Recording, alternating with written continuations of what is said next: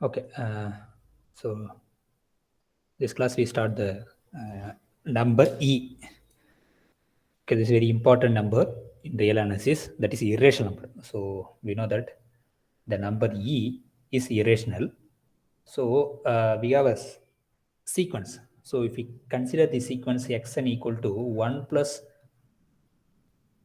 1 by n power n, this sequence converges to E. It's very important result. So the sequence 1 plus 1 by n power n converges to E. So how to prove this sequence is converges? So first we have to check that this is increasing sequence. So this is xn. Okay. So you got to prove xn is strictly less than xn plus 1. Okay. So and then we will prove is bounded by is increasing sequence bounded by some number, then where it converges to the upper one. Anyway, it's a lengthy proof. So better you assume that the sequence 1 plus 1 by n power n converges to E. Suppose we have a sequence like this: 1 plus 5 by n power n. Actually, this converges to E power 5. In general, 1 plus 1 x by n power n. This converges to E power x. Okay, it's very important. If it is minus, you have to put minus. So for example, suppose we have a sequence like 1 minus 1 by n power n. Actually, this converges to E power minus 1. This is nothing but 1 by E. Okay. But we have a sequence like this: 1 plus 1 by n plus 1 power n. Then what can you say about this sequence? If it is both this number and this number same, then we say it converges to E. But here n plus 1, but here n is there. Now we can add 1 and then we can subtract 1. Okay. Therefore, this is nothing but 1 plus 1 by n plus 1 power n plus 1 into 1 plus 1 by n plus 1 power minus 1. Right. Now this sequence converges to E. Okay. Now this is nothing but 1 by 1 plus 1 by n plus 1. Okay. Now as n goes to infinity, this term goes to 0. Therefore we get 1. It's nothing but again 1. Therefore E into 1. Therefore this is nothing but E. Even this is n plus 1, this is n. Again the sequence converges to E. Suppose this is n, 1 plus 1 by n. Power is n plus 1. Now we can split into product of two terms, that is 1 plus 1 by n power n into 1 plus 1 by n power 1. Now this sequence, therefore this converges to, this first sequence converges to E, the second sequence converges to 1. Therefore E into 1 is again therefore E. So it's very important sequence. Sometimes they give some other form. Suppose they give either 1 plus 1 by n power n, or therefore define yn is nothing but the nth term is summation 1 by k factorial, or 1 plus 1 by 1 factorial plus 1 by 2 factorial plus etc. plus 1 by n factorial, or summation k equal to 0 to n 1 by k. So actually this limit of this sequence, limit of yn converges is nothing but E, or yn converges to E. Okay, this sequence also converges to E. As limit n goes to infinity, yn value is E. Either you can use that one or this one. Okay, this is very important thing. Now this E is irrational number, all so E and then pi, these are all irrational numbers. Okay, now so keep in mind this sequence, very important. 1 plus 1 by n power n converges to the irrational number E, or the sequence summation 1 by k factorial, that is the nth term is sum of this is nth term. This converges to E. Anyway, both the sequence converges to E. Now the important theorem, sandwich theorem or sandwich lemma. So the sandwich lemma.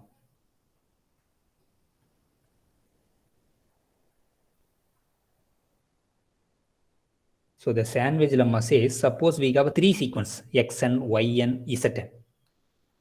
Okay, so let xn be one sequence and yn is another sequence and zn be a three sequences.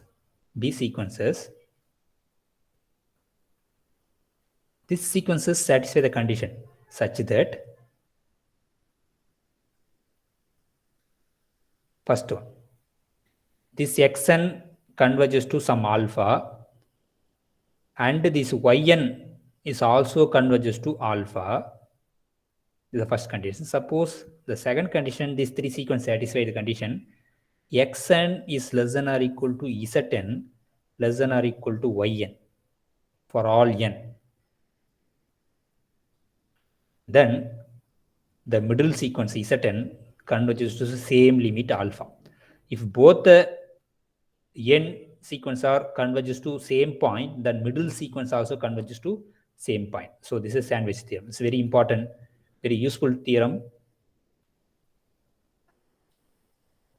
to show that you can easily find the limit of so many sequences. So sandwich lemma. Okay.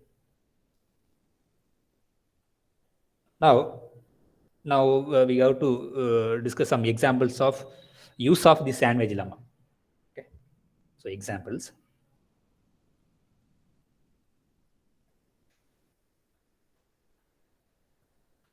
Suppose if you can consider, I take some any element. So I take R, A belongs to R, any real number. Now I'm selecting A, so I'm going to define a new sequence. Okay, suppose I am fixing some A here. Suppose I am consider A minus 1, A plus 1. I am considering this interval. I am picking arbitrarily any element. Suppose I am picking some x1. Now that same center A, but I am taking the small interval A minus 1 by 2, A plus 1 by 2. In this interval, I am taking some arbitrary element x2. So in general, I am defining xn, I am choosing any element. Okay. So what I am doing for any n in n, consider this open interval. So for A in R, for any n in n, any natural number n in n, select any element. Select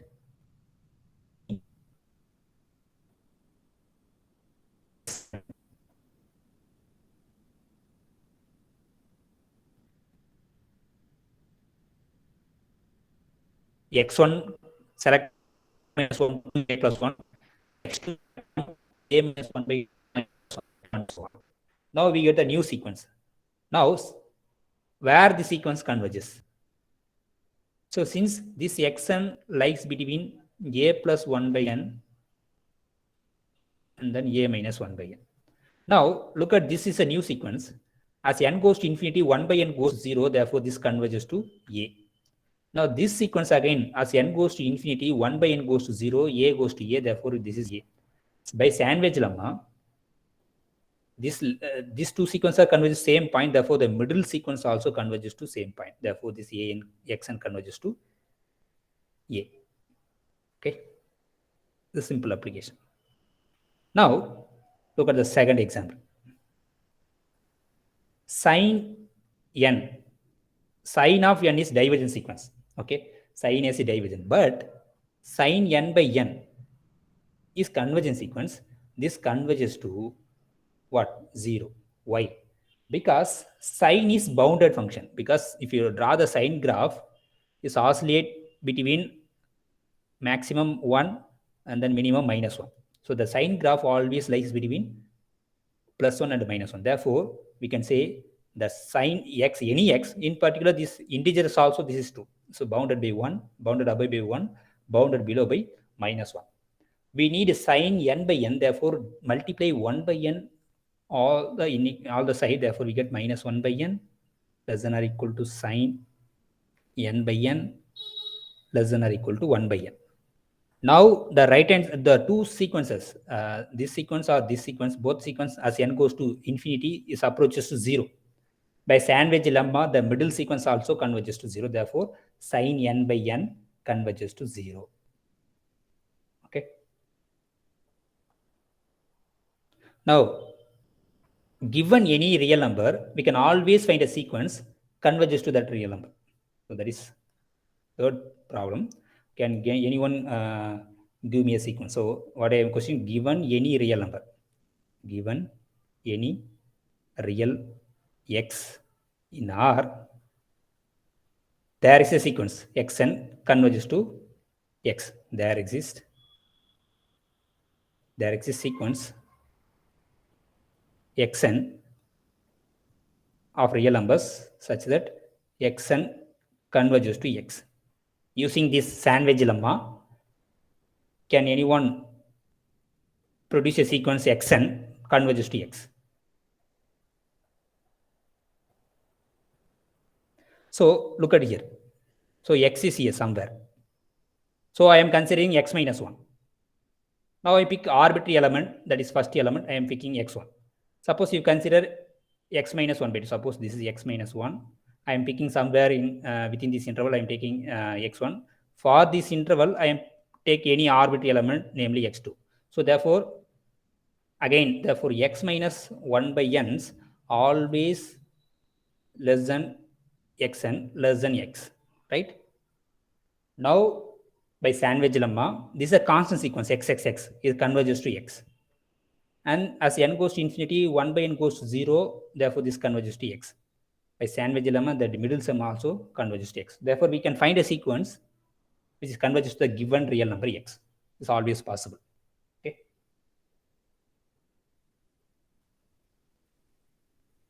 Okay.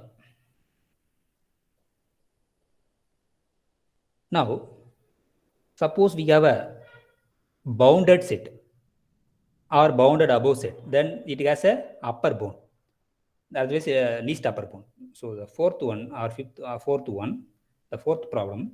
Suppose alpha is the supremum of the set. Let alpha equal to supreme of some set A. Okay, A is a subset of a real number R, real number system R. So we are talking about supremum. Therefore, A is bounded above because at least one upper bound should exist, right? So suppose alpha is a supremum of some set, then we can find a sequence in A which is converges to alpha. Okay, so that is there exists a sequence. We can find a sequence. There exists a sequence, some an in A such that an converges to that supremum point alpha. Why this is true? How to construct the sequence? Okay, suppose this is our set A. Assume that this is our set A. Since alpha is the supremum, that is least upper bound, therefore alpha somewhere here. But maybe it's an element of A or may not be element of A. But anyway, every element of A always less than or equal to alpha. Alpha is the least upper bound. Suppose I am going to choose the first sequence element A1. How to choose this one? Since alpha is a least upper bound. Suppose I am subtracting 1 from this quantity. Then what can you say about this number for A? Is not an upper bound because alpha is the least one. If you remove some quantity, then the resulting number is not an upper bound. Therefore, since this number is not an upper bound of A, that means what? At least one element bigger than this number. So there exists an element. So that is I call A1. So there is an element A1 in A such that this alpha minus 1 is strictly less than A1. Therefore, we can pick alpha 1, sorry, A1. Now the second sequence element is instead of subtracting 1, I am subtracting minus 1 by 2 from the LEB. So again, this alpha minus 1 by 2 is not an upper bound. So again, there is an element which is bigger than this one. Therefore, I can choose A2. There is an element I call A2. Now I call A2. So and so on. So in general, alpha minus 1 by n, this is not an upper bound. Therefore, we can find some element from A. I call that element is an, which is bigger than. Now we construct a sequence and so on. So therefore, we can construct or take an element an which is bigger than alpha minus 1 by n, but is less than what? Less than alpha, because every element of A is less than alpha, because alpha is the least upper bound. Now apply sandwich lemma. Since alpha is a constant sequence, this converges to alpha. And this side is as n goes to infinity, 1 by n goes to 0, therefore it converges to alpha. By sandwich lemma, the middle sequence also converges to alpha. Therefore, the least, that is supremum or the least upper bound, is the limit point of A. So when we say a number is said to be a limit point of a set, we can find a sequence which converges to that point. That such a point is called a limit point. Anyway, we will discuss that later. So now alpha is supremum of a set, then we can find a sequence in A which converges to that supremum. So similarly, we can ask, suppose beta is the infimum of the set A. Can you find a sequence converges to that point?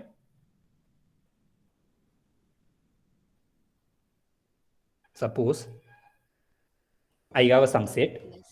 Huh? By n. Sorry. Suppose beta equal to infimum of some set B, where B is a subset of real number. Then there is a sequence an or bn in B such that bn converges to that infimum beta. Why? Because suppose assume that this is our capital B. Beta is the greatest lower bound. So therefore beta is somewhere here. If you subtract, sorry, not subtract, if you add some positive number, maybe here you will get beta plus 1 somewhere here. If you add 1 by 2, beta plus 1 by 2 somewhere here. So, but this is not a lower. Therefore, you can find element. Therefore, what can now tell me that? So, minimum is beta. We can choose bn, but bn is less than beta plus 1 by n. There we can find alpha minus 1 by n, that is lower bound, but here beta plus 1 by n, that is in the, look at the upper bound of bn's. Okay, got it? This you got it, this one, right? Suppose if you consider beta plus 1, this is not a lower bound. Therefore, we can find element smaller than this one. I call that element b1. If you consider lower, if you take any other bigger lower bound, that is bigger element, that is not a lower bound. Therefore, we can find a element b2 which is less than this one. So similarly, we can find a bn. So bn satisfying this condition. And each, anyway, bn's are elements of b, and beta is the greatest lower bound. Therefore, every element of b is always bigger than beta. Now apply sandwich lemma to this. Since the left hand side we have beta constant sequence, this converges to beta. And as n goes to infinity, this also converges to beta, because n goes to 1 by n goes to 0. Beta, because beta is a constant sequence. Beta, the sequence we know that it is already is converges to 0, and by algebra of sequence, sum of these is nothing but sum of this. So therefore this is beta. Therefore by sandwich lemma, so we can put less than inequality, we can put less than or equal to, it will not change anything. Okay, so therefore the middle sequence also converges to the infimum. Okay, now again these are all special. So maybe the interview or somewhere they will ask, suppose what can you say about supremum? Supremum is the limit point. Again, infimum also limit point of the sequence. So what do you mean by limit point? Means we can find a sequence converges to that point. That is limit point. So infimum, supremum are limit points of the set. If it is exist, if infimum exists, then infimum should be a limit point. That means we can find a sequence converges to that point. Now, next exercise, so sixth one. Suppose we have a two sequence, okay, and one sequence is bounded sequence. Suppose an is bounded sequence, bounded. bounded real sequence. And xn is a sequence that converges to 0. Now, then show that the product sequence an into xn, this always converges to 0. So product of two sequences converges 0, provided one sequence converges to 0, another sequence should be bounded. Otherwise, this result is not true. Why this result is true? We have to use sandwich lemma. So since an's are bounded, therefore an is modulus of an less than or equal to some number m. We know this. And the xn is a convergence sequence that also bounded. Now, this an into xn, we have to give some sequence here which is converges to 0, and then we have to give another sequence here which is converges to 0. By sandwich lemma, these two are converges to 0, therefore the middle term converges to 0. Okay. So how to get this one? So anyway, we know that minus m less than equal to an less than equal to k over n. We know this because an is bounded. Now the xn converges to 0. Therefore, modulus of xn is less than epsilon for any epsilon. In particular, suppose we have a sequence x, since we have a xn converges to 0, right? Therefore, modulus of xn is less than epsilon. So for every epsilon positive, in particular, I am taking epsilon by m. This is also positive number because m is positive. Therefore, epsilon m is also positive. For particular, for this number also this holds, right? Therefore, this is nothing but minus epsilon by m less than or equal to xn less than. We can put less than or equal to. It's not an issue. Okay. Otherwise, if you want, you can put some number plus 1 by n.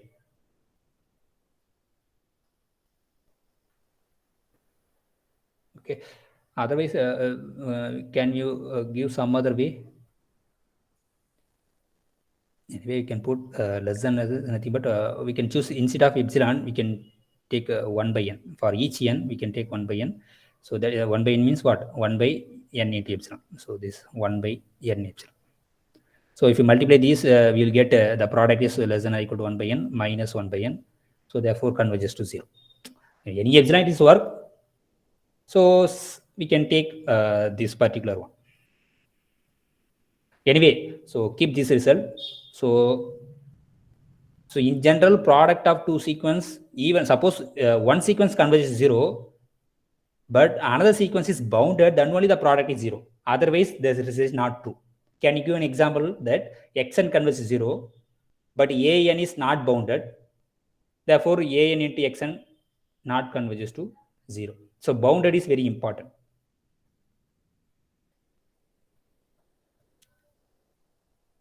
Okay, for example, I am taking xn equal to 1 by n. This converges to 0. I am taking an is n, but this is not bounded sequence. An is not bounded, but what is the product? Product is convergent. It's nothing but product is 1. 1 sequence is converges to 1. But we cannot say converges to 0. But this result says if xn converges to 0 and an is bounded, then the product is converges to 0.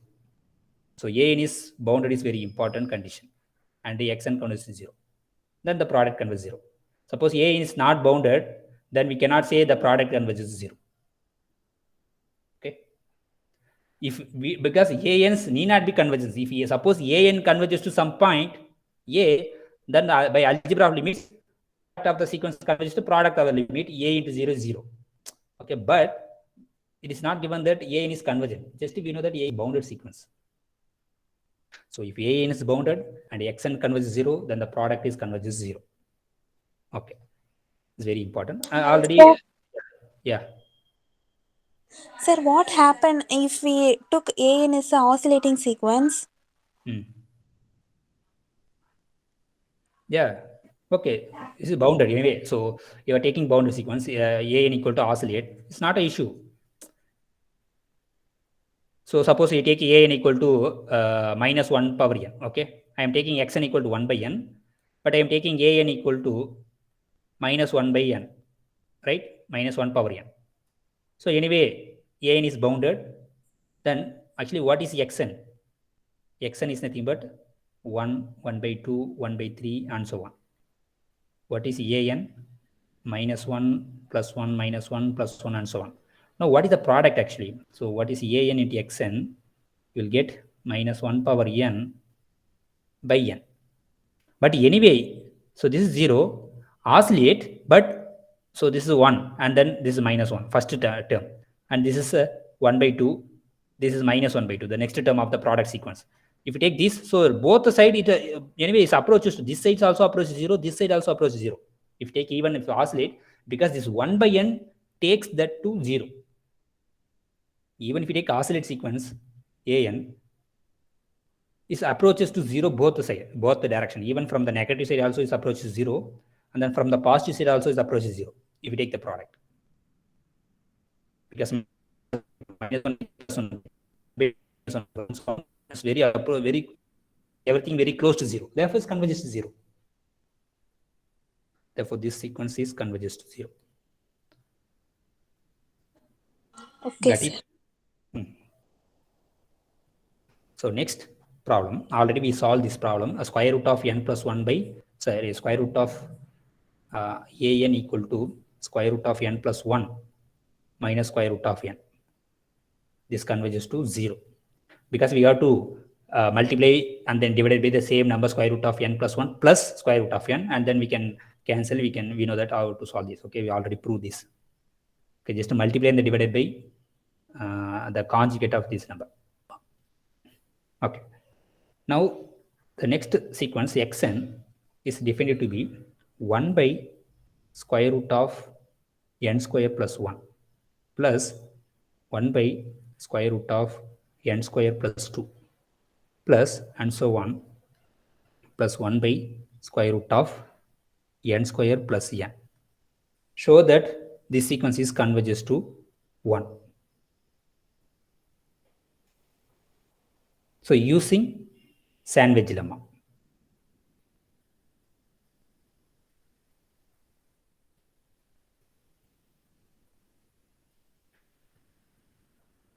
So actually there is one more result is there. If you know that result, you can easily solve this type of problems. Okay, so maybe I will okay, that is another thing. Yeah, so that is a formula is, suppose we have a sequence or a series of the form f of summation f of some k by n. Okay, summation varies from k equal to 1 to n, 1 by n, limit n goes to infinity.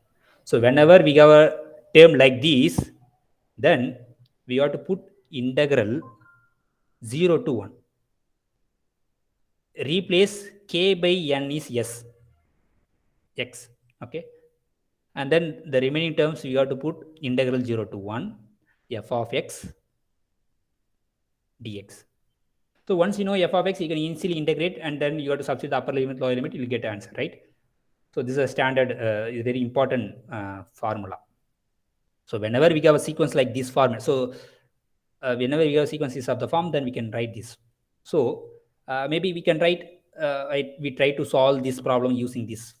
Okay, so therefore xn using summation k equal to 1 to n, 1 by square root of n square plus k, because here k only varying 1, 2 and so up to n, right?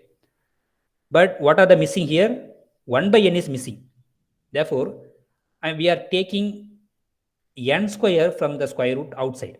So if m square root of n square come outside the square root, it will be m. So summation k equal to 1 to n, 1 by n times 1 by square root of, we already take sorry, we are taking n square, right? Okay, therefore 1 plus k by n square. Okay, so we cannot write in terms of k by n. Okay, we get a k by n, so we are not using this one. So if it is function of k by n, we can write. Okay, anyway, keep in mind this formula is very important. we will solve some problem using this. Okay, now using sandwich lemma, you have to prove that this converges to 1.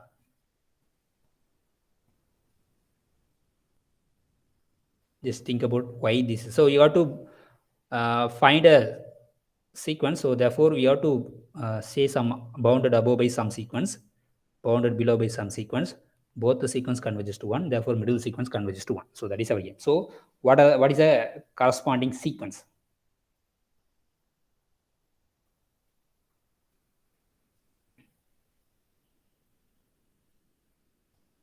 What sequence you can choose? The right hand side, left hand side. We get a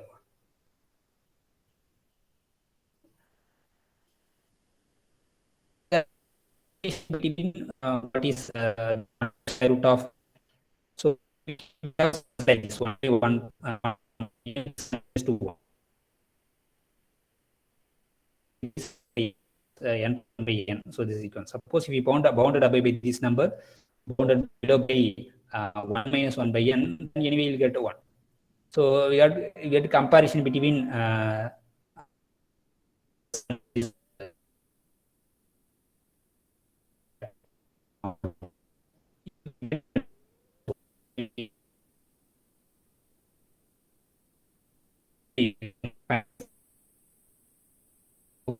but anyway, just try. So using sandwich lemma, you have to right. Okay. Now time being, that this result is this sequence is converges to 1. You just try. If you not get, then we will discuss. Okay. So the next one is the ninth problem. Suppose let 0 is strictly less than a, strictly less than b. There are two real numbers satisfying this a is less than b.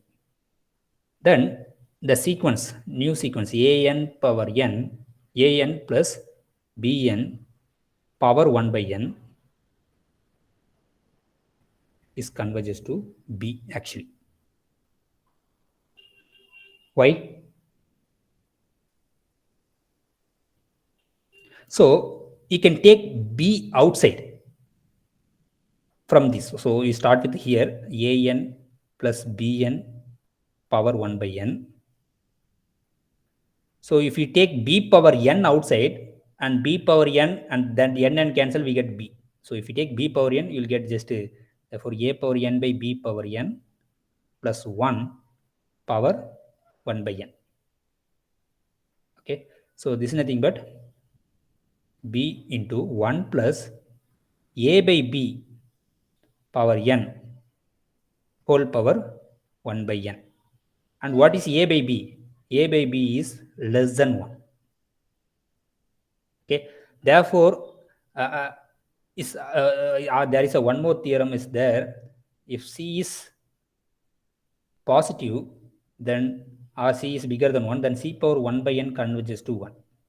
If you take c is any constant and positive, then c power 1 by n is converges to 1.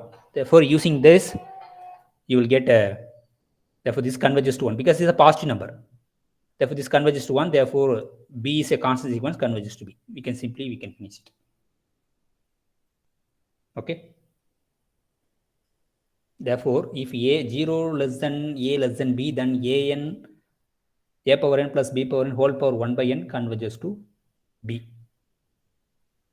Now I state some important sequence and then limits. It's very useful. Okay, just I list some of the sequence. So basic sequences. So the first one is suppose 0 less than or equal to r strictly less than 1 and xn is, we are defining r power n. Already we discussed this one. So clearly, therefore, xn converges to 0. So r power n converges 0 where r is less than 1 and positive. This is very important result. And second one is suppose let minus 1 less than t less than 1. So suppose t is lies between plus 1 and minus 1, then the t power n also converges to 0. Not only the first case. So the first case says from 0 to 1, but now 1 is not included. That power also converges to 0. But even if you take negative also, but minus 1 is not included, then this sequence also, the power t power n converges to 0. Here t is fixed number. Okay, this is very important thing. Now the third one is generalized.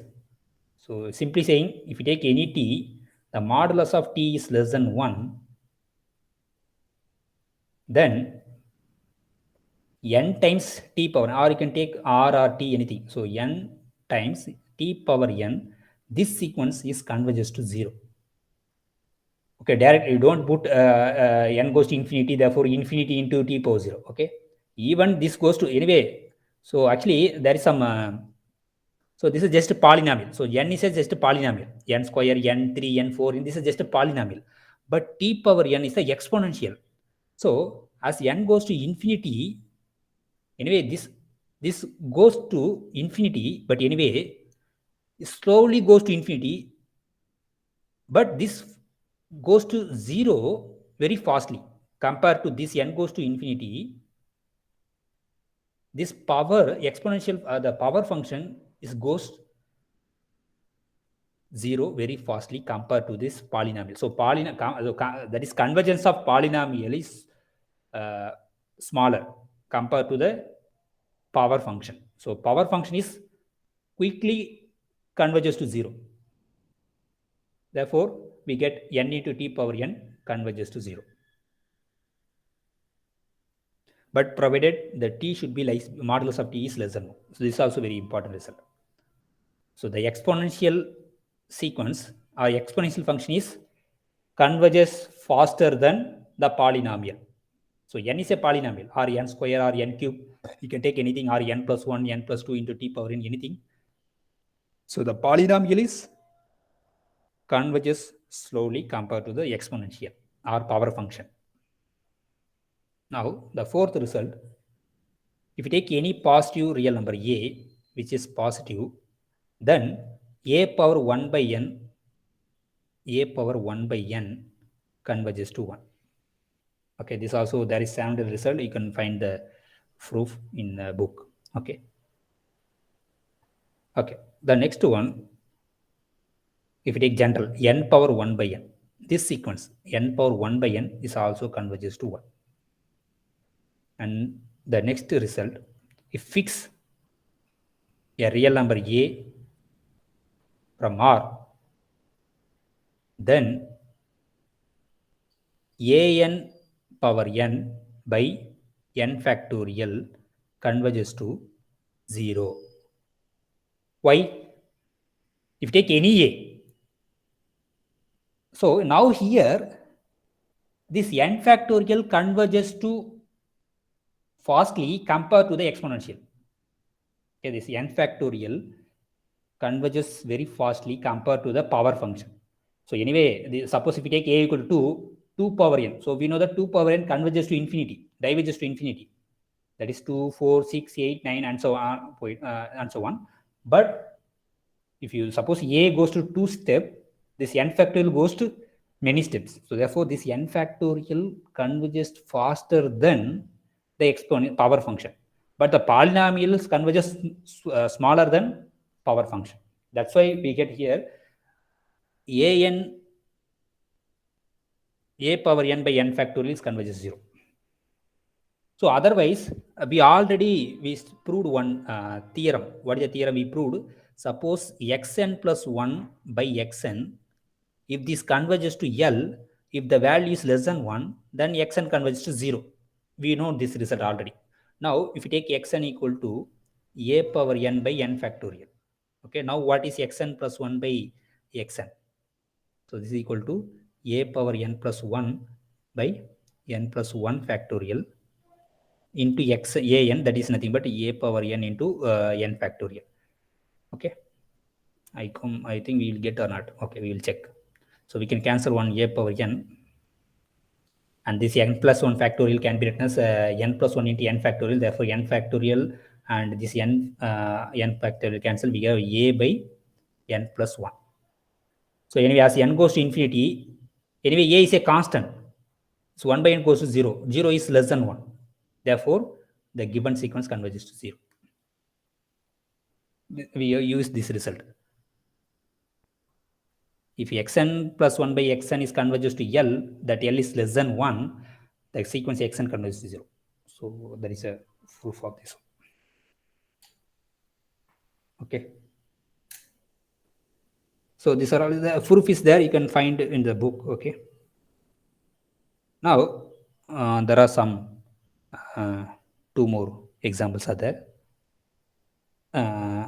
We state that theorem and then we can stop. It's very important theorem. Okay. So the theorem statement is theorem. Suppose we have a sequence xn. So let xn is a sequence converges to 0. And we define new sequence Sn is nothing but the arithmetic mean of xn. That is sum of first n term divided by n. So that is arithmetic mean. So that is Sn. So what is S1? S1 is nothing but x1. S2 is nothing but x1 plus x2 by 2. What is x3? The third term, x1 plus x2 plus x3 by 3 and so on. So this is xn. Now this, if we define these, then the sequence, new sequence Sn is also converges to 0. Okay. So therefore, if we take arithmetic mean of a 0 sequence, converges to 0 sequence also converges to the same limit 0. This is the first theorem. So finally, we will extend this into general point. So here 0 is the point. Suppose xn converges to some other x, then the arithmetic mean also converges to x. We will discuss that later. Now, next, the corollary of this one. So first we consider the sequence converges to 0.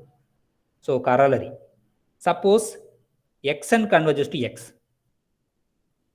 Now we define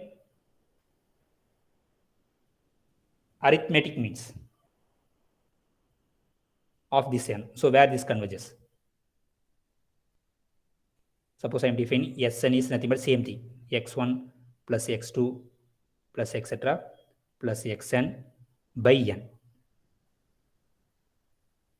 This converges to, we are going to show this converges to x, y. So, and we are going to define new sequence yn is nothing but xn minus x. So clearly xn minus x converges to 0 because xn converges to x, therefore xn minus x converges to 0. Now I am defining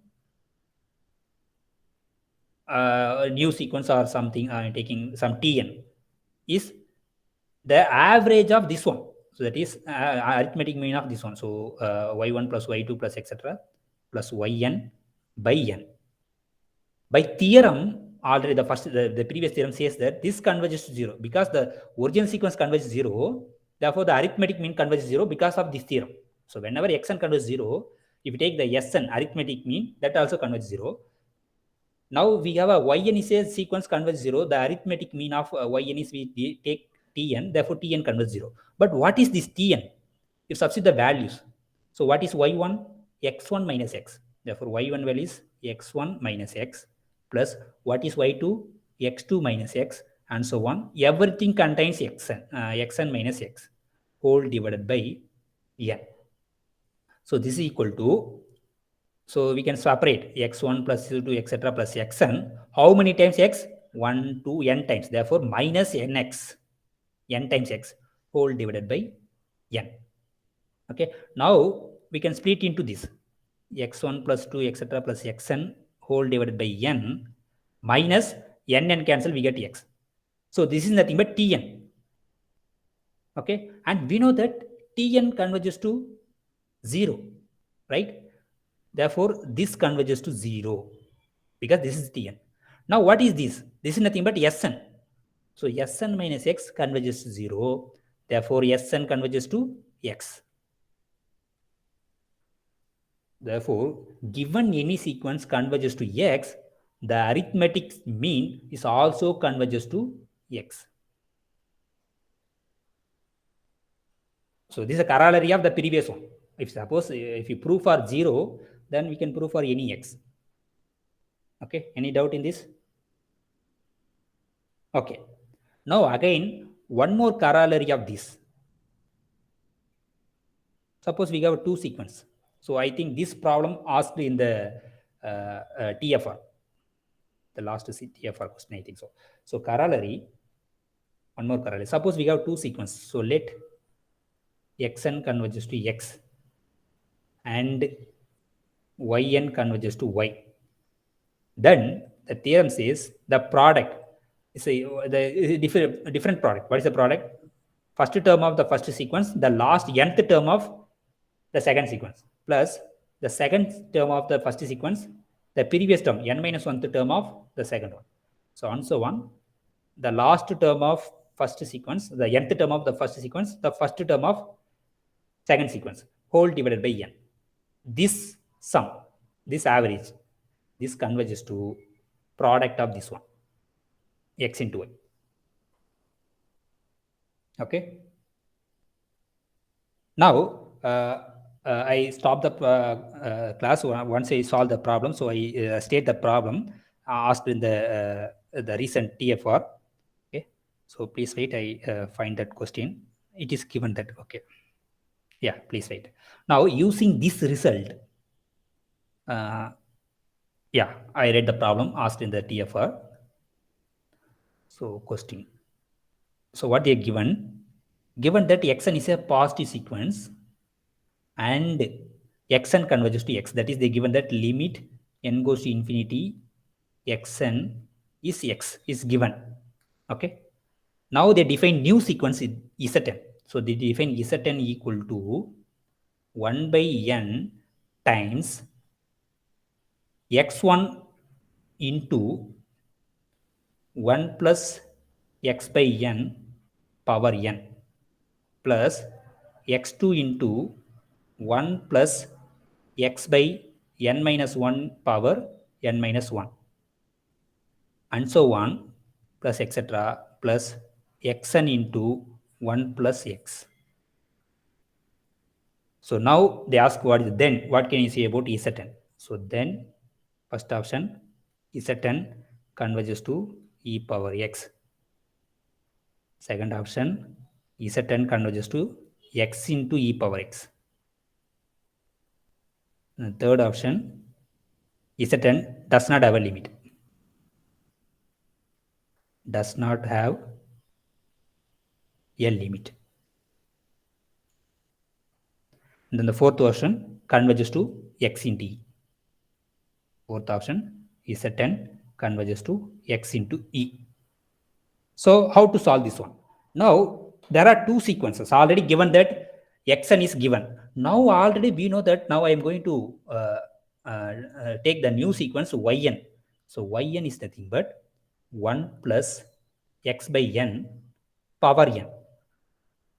So where this converges? Just now I said this converges to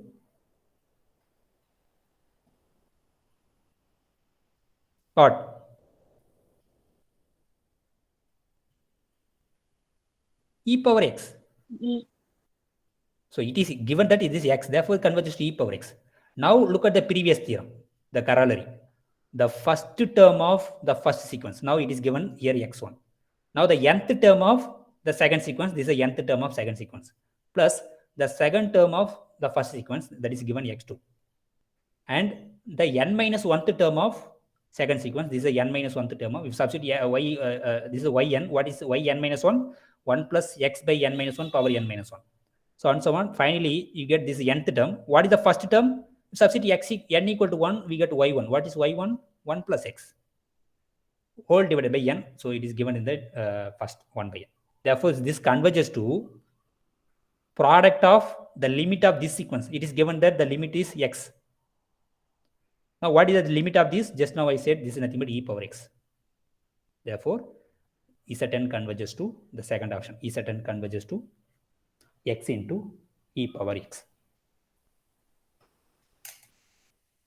Okay, so therefore this corollary is very important, and this the corollary 1 also very important. Whenever xn converges to x, the arithmetic mean also converges to x. Okay. Okay, anyway, I can stop now. Thank you. If you have any doubt, you can ask.